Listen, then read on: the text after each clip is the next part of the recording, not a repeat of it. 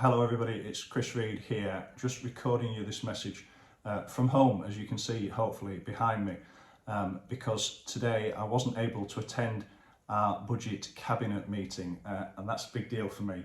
Unfortunately, it's the first one I've had to miss since I've become leader of the council some years ago, because I've come down with COVID over the course of the last few days, like a lot of other people.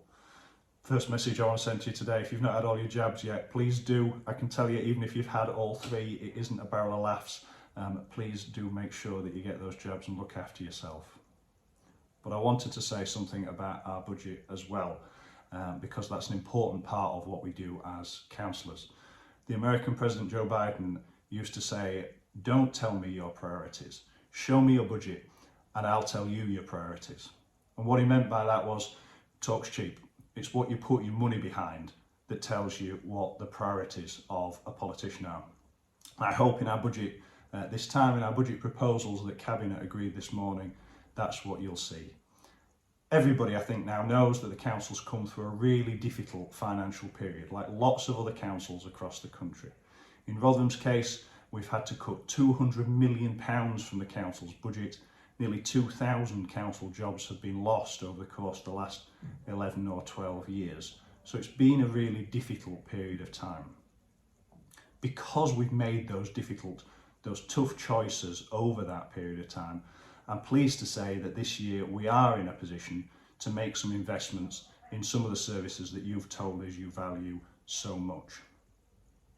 This is a budget where we've had a lot of uncertainty because of rising costs, inflation, national insurance that we know is going up. The council faces budget challenges just like many households do. The most significant of these is around adult social care. We anticipate that the cost of providing adult social care to people who need it in Rotherham next year will be £11 million more than it was this year. And these are absolutely essential services for elderly residents, for people with disabilities, including people with learning disabilities. So we don't want to have to make more cuts to those services.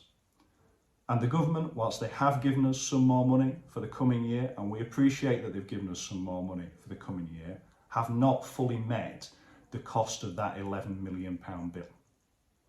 So we are having to use the government's adult social care levy. This is what the government tells us to do in order to raise the funds needed to provide those essential services. And I'm sorry that we've got to do that. That's a cost on council taxpayers, but we're not willing to reduce those services more at this critical time. Because of the choices we've made, we are able to put some money, as I say, towards some of the services that people tell us are most important. And I just want to give you 3 examples. Firstly, around road safety. We know that in communities across the borough, across the country, but across the borough, people have concerns about speeding, about pavement parking, about poor parking, and about roads that just aren't safe enough. So between our investment and the government's investment, we will put in place a pot of £1 million a year with 2 dedicated staff to continue our neighbourhood road safety fund work, addressing those problems in every community. Second one is around our street pride services. Again and again, people tell us that they want communities to look as well as they can. They don't want to see litter, they don't want to see weeds, they want to make sure the grass is cut. This is just what you rightly expect from your council. So we'll put £500,000 extra towards that each year over the coming years, which means that our seasonal staff will instead be employed 12 months a year doing that work. The streets will be cleaned more, there will be fewer weeds, and we will get more of that work done, including buying more kit for those staff. And the third thing is around children and young people, where we're able to put together a package of in excess of £700,000 a year, providing additional support to our children and young people, including additional support for those with special educational needs and disabilities. That money also means that we can put on a proper financial basis more youth work in every neighbourhood across the borough. We put some one-off money in towards that last year. We're able to maintain that for the years ahead. So I'm glad that because of the choices we've made, we're able to put forward more money for those services. I think that's absolutely essential. and I want to give you my assurance that we're making sure your council is on a sound financial footing so those services aren't in doubt in the future.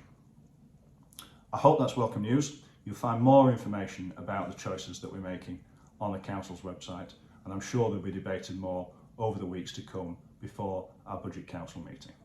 Thank you.